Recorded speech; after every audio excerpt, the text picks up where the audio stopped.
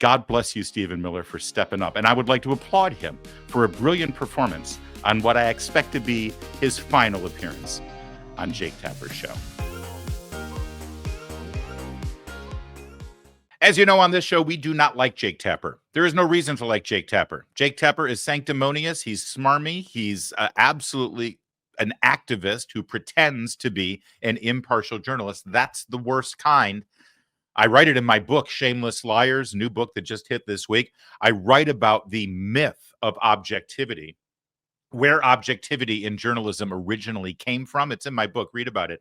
But this whole myth of objectivity has actually served as camouflage, where journalists pretend, like Jake Tapper is the worst offender. He can pretend to be objective, and that becomes a cloaking device for his obvious political activism. Now, some of them aren't as good as Jake Tapper. George Stephanopoulos, it's pretty obvious, right? But Jake Tapper is good at it, I gotta say.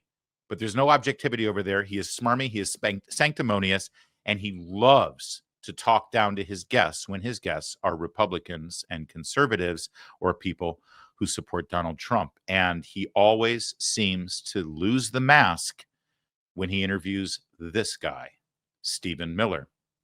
Now, Stephen Miller, last time he sat with Jake Tapper in his studio back during the first Trump administration, Stephen Miller was a special advisor to the president, really focused on immigration policy. Now, Stephen Miller is the deputy chief of staff for the White House. So he's gotten a huge promotion. Jake Tapper, well, he's just got the same old job over there at CNN. No promotion for him. The only thing new that's happened in Jake Tapper's life is that he and CNN lost a $1 billion defamation suit. So there's that, but at least he kept his job, I suppose. So he squares off with Stephen Miller once again. And I'll tell you this, Stephen Miller, he wins this round going away. Take a look. Overwhelmingly, the career federal service in this country is far left wing.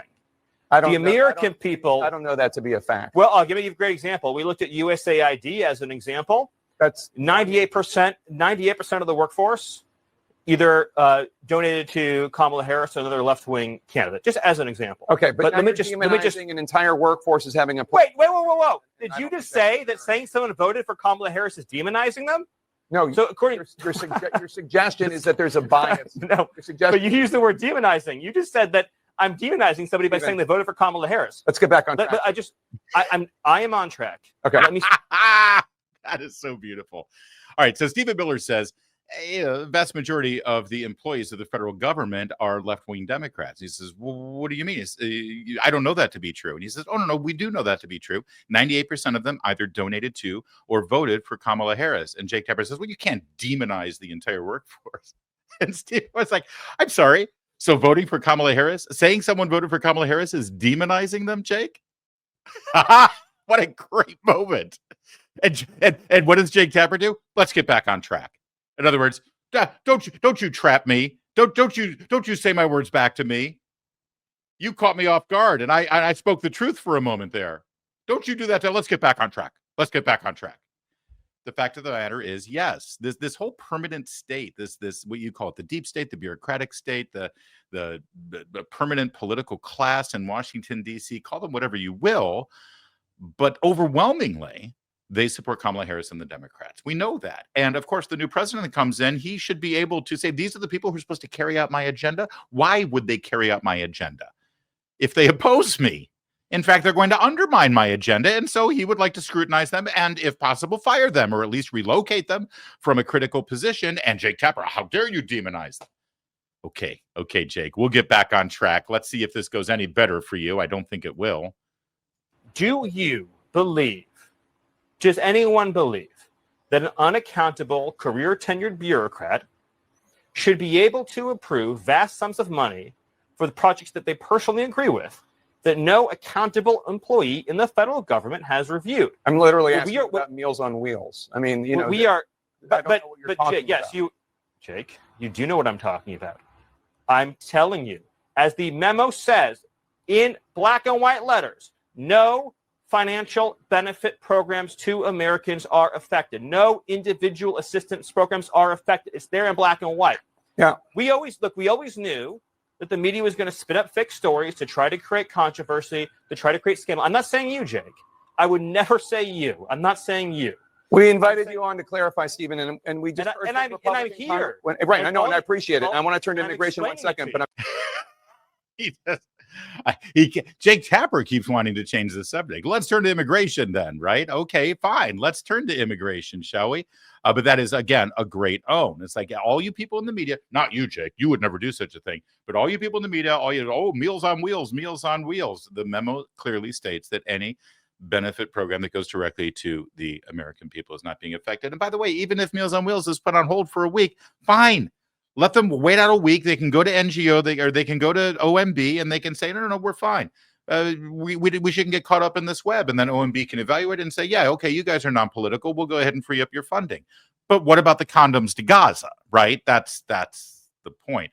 All right. And then the immigration conversation comes up, and this absolutely is exquisite. I'm going to try to let the whole clip play, and then we'll comment on it, but it's so good. Let's watch. the priority, though, when it comes to these deportations, is the initial goal, as we had been told by Trump allies after the election, to go after those first as a priority, to go after those who have committed violent crimes and are part of violent gangs? Or is it we're just going to go after anybody who is in this country illegally? We're not going to prioritize. Well, yes, we are going to prioritize. So first of all, the numbers you cited are a floor, not a ceiling, very importantly. They're a floor. The goal is to arrest at least that many, but hopefully many more. And the Department of Justice is going to be closely involved in providing the manpower to help achieve those objectives as laid out in the president's executive order. Yes, ICE is absolutely prioritizing terrorist, public safety threats, and national security threats. It is also true that Joe Biden admitted some unknowably large number of millions of illegal immigrants into this country, all of whom are ineligible for asylum, ineligible for any form of immigration relief, are ineligible to remain in the country. So if you look at public polling on this issue, about 70% of Americans think that everybody that Joe Biden let in should be removed. About 80% of Americans agree that all criminal aliens should be removed. That's the baseline of public opinion support. So you are going to prioritize the violent criminals, though. That's the thing. Yes, but we're not going to immunize everybody that Joe Biden let in. I mean, let me ask you a hypothetical, and you can treat it as a rhetorical question, not answer it if you don't want to, Jake. I appreciate it. Let's say that an illegal alien arrived in the last 3 months of the Biden administration from, say, Peru. He was released. He failed to appear in immigration court. He was issued a final removal order. So showed up, got released, didn't appear, ordered deported. Been here for 6 months. Is it your position, Jake, that guy should get to stay till the end of his life? I mean, what kind of country can run that way? Okay. I mean, no country in the world runs that way. So let me, what is the... Spoiler alert, Jake did not answer the question. But the question answers itself, right? And that's why Stephen Miller did such a good job in this interview. I mean, you've seen 3 different strikes. Normally, Jake Tapper would be out, but we're going to give him one more chance, especially on immigration, because he asks what every liberal Democrat in Washington, D.C., especially people in the media, have been asking: who's going to pick my strawberries? Who's going to pick my tomatoes? Who's going to mow my lawn? Who's going to clean up my hotel room? Who's going to bus my table? Who's going to babysit my kids? We need this cheap labor. We need to exploit these people. Now, Jake didn't exactly ask it that way. He basically did. And I want you to pay close attention here, because the answer Stephen Miller gives, that Jake Tapper tries to end, tries to move on, tries to accuse him of changing the subject. The answer Stephen Miller gives is a piece of information, a fact about immigration and the manual labor force that illegal immigrants comprise, that you never hear anywhere, right? By the narrative that Jake Tapper and his pals in the media continue to push on the American people, you would think that 90% of the people coming to this country are coming here to work hard, get down on their hands and knees, and pick lettuce and tomatoes for you, right? That's all you would believe. So watch this. You're going to learn something that I bet you've never heard before. Jake Tapper's never heard it, and he tries to ignore it, and he tries to change the subject. He tries to accuse Stephen Miller of changing. Don't change the subject with those facts. Don't you deliver facts and information here, because that's going to get in the way of my agenda. Take a look at this. This is amazing. A question about, because one of the reasons that President Trump got elected according to President Trump in an interview, I think it was with Kristen Welker of NBC, was because of grocery prices. Not the only reason, but a reason, high prices, inflation, especially at the grocery. The Department of Agriculture says that between 2020 and 2022, 42% of crop workers were undocumented immigrants. And in many cases, as you know, these migrants do jobs many Americans do not want to do. So how does President Trump make sure that the effort to deport people who are not in this country legally doesn't end up hurting Americans who want safe borders, absolutely, but also don't want to see even more higher prices in groceries? Well, I mean, I'm sure it's not your position, Jake. You're just asking the question that we should supply America's food with exploitative illegal alien labor. I obviously don't think that's what you're implying. Only 1% of alien workers in the entire country work in agriculture. The top destination for illegal aliens are large cities like New York, like Los Angeles. All right, we're going to pause it there for a minute because I want to make sure you didn't miss it. Did you hear that? So Tapper says that according to the Agriculture Department or the Farm Bureau, whoever he quoted, that 42% of agriculture workers are illegal immigrants, which, by the way, if that's true, I'm sorry, those entities should be either shut down or there should be raids. How are they working? Are they utilizing identity theft? Right? All right. So 42%, that's huge, 42%. But see, to the untrained ear, what you think you're hearing when you hear that stat is that nearly half of the people in this country illegally are farm workers. No. What he's saying is that nearly half of the farm workers are illegal immigrants. Stephen Miller just gave you the most important data point at all when it comes to this argument. Did you hear it?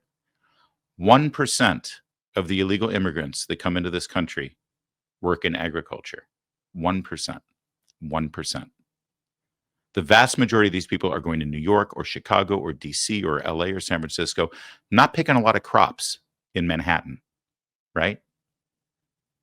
This whole canard, this whole argument, you hear it all the time. Well, who's going to pick the strawberries for my smoothie, man? I mean, like, as if that's actually an argument to keep our borders wide open. There's nothing more elitist and disgusting, and I'm glad Stephen Miller called him on. Oh, I'm sure you're not making the argument that we should exploit illegal immigrants so that your grocery bill is cheaper, Jake. You wouldn't make that argument, would you? But this whole canard, this talking point that they throw at you all the time about how expensive your vegetables are going to be if we deport people, 1% of the illegal immigrants are working in the agriculture business. So I would love to make this deal. For every single brain-dead, left-wing moron who makes this argument, tell you what, you're right. I don't want your smoothie to cost more than it should. So you keep your 1% of every illegal immigrant that picks your crops for you. Can we deport the 99% that don't? Are you okay with that? Because that seems to be your only problem here. Your only problem is making sure that you get cherry tomatoes for your caprese salad, right? So you keep your 1%. Can we deport the 99%? You won't argue. Now, where's your argument? What's your argument now? Huh, pal? But then Miller even brings more facts to the table because, all these people, oh, these are jobs that Americans won't do. Yeah, really? Ask someone who is a skilled electrician or plumber or someone who used to work on a construction site who now has lost their job to an illegal immigrant. I assure you there are Americans who want those jobs. They're dying to do those jobs, okay? But Miller brings a very important point about these workers who are dedicated to the agriculture industry. He'll bring that in a moment, but I just want to make sure you didn't miss that point. All right, let's continue. And small industrial towns, of course, all across the heartland, as we've seen with the Biden floods. Mm-hmm. None of those illegal aliens are doing farm work. Those 30,000 illegal aliens that Joe Biden dumped into Springfield. I'm talking about the ones that are. But I'm explaining this. It's important to understand. No, you're kind of changing the subject. I mean, I'm talking about the ones. I will give me 30 minutes. I'll go as deep as you want to this. We don't have you and your audience. I don't have a 30. I'm talking about the ones that work in the agriculture industry. I'm you can come back and we can talk about the ones in the cities. I swear. I'll do the whole answer. The illegal aliens that Joe Biden brought into our country are not full stop doing farm work. They are not. The illegal aliens he brought in from Venezuela, from Haiti, from Nicaragua, they are not doing farm work. They are in our cities collecting welfare. As for the farmers, there is a guest worker program that President Trump supports. Over time as well, we will transition into automation, so we'll never have to have this conversation ever again. But there's no universe in which this nation is going to allow the previous president to flood our nation with millions and millions of illegal aliens who just get to stay here. And we are especially not going to allow a subset of those illegal aliens to rape and murder our citizens. So we are going to unapologetically enforce our immigration laws. And as I'm sure you will celebrate, we are going to unleash the power and might of the U.S. government to eradicate the presence of transnational threats on our soil. So that was incredibly effing brilliant. And I love Jake Tapper trying to cut it off. And no, we don't have time for that. You're kind of changing the subject. I want an answer to this. And it's like, no. Finally, for the first time in probably years, if not decades, the audience at CNN, specifically Jake Tapper's show, actually got educated on the reality of the guest worker program, about migrants and whether they work in agriculture or not, where these people are coming from, what they're doing when they get here, where they go when they get there, and truly, ultimately, how it affects your fruits and your crops and your lettuce and your tomatoes, which is the only thing anybody who works in Washington, D.C. cares about, even though they're fine going to Wegmans or Whole Foods and paying astronomical prices for their vegetables, because they really don't care, actually. But they think it's a talking point, and Stephen Miller just exploded that talking point on them. And by the way, my favorite thing in this whole thing, real fast, is this move from Jake Tapper. Watch him here as Stephen Miller continues to go, and Jake Tapper realizes that he's up against facts and information and that it's blowing up. Watch what he does. Picks up his paper. See how he shuffles his paper? And he shuffles his paper again. And then one more time, he's going to do it, and he shuffles his paper, and he shuffles his paper. Do you ever see anchors do that when they work in a television studio, the shuffling the paper? You know what that is? I'm going to reveal it to you. That's a signal to the director and the producers and the control booth that he's done, that he wants to end this. Because, you see, Jake Tapper has two skills that he's really good at. He's got a good head of hair for television, and he can read a teleprompter.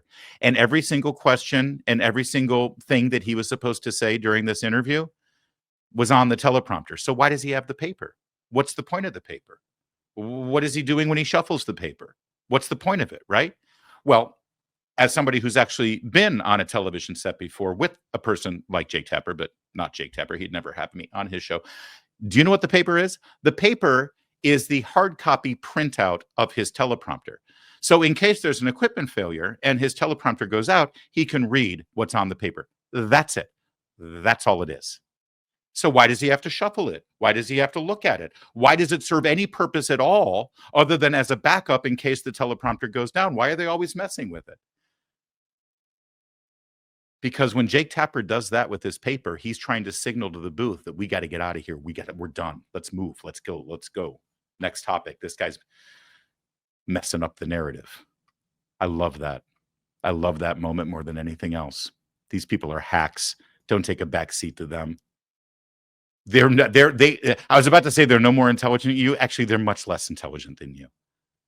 They don't know what they're doing. All they know is what they've been told to say, what's been written out for them to say, and what their, I guess, political agenda is, which I'm having trouble figuring out at this point, other than to just be against anything you believe and you want. We do have a freedom of the press in this country, and I respect the freedom of the press. We need a free press in this country, but the whole point of a free press is to have an informed populace so that we can make an informed decision when we exercise our democratic right in our constitutional republic to choose our representatives. And these guys, that's not what they're doing. They're not exercising the protection of their press freedoms to inform you. They're exercising that freedom as a shield to try to convince you or to try to demonize you or to try to keep their viewers uninformed. That moment right there with Stephen Miller is kind of a Rosetta Stone, a smoking gun of what they do. Because God forbid Stephen Miller actually explain our immigration laws, explain who's coming into this country, explain what they're doing, explain that only 1% of them are farm workers, and literally none of the people who have crossed this country illegally, crossed the border illegally under Joe Biden, went right to the farms to work in the crops. God forbid the CNN audience learn that. Instead, all they get is stare tactics and hysteria. And God bless you, Stephen Miller, for stepping up. And I would like to applaud him for a brilliant performance on what I expect to be his final appearance on Jake Tapper's show. Increased tariffs on our trade partners, tax cuts, regulation changes. We're seeing it all play out before our eyes. And it's another reason why gold is a viable diversification tactic right now more than ever.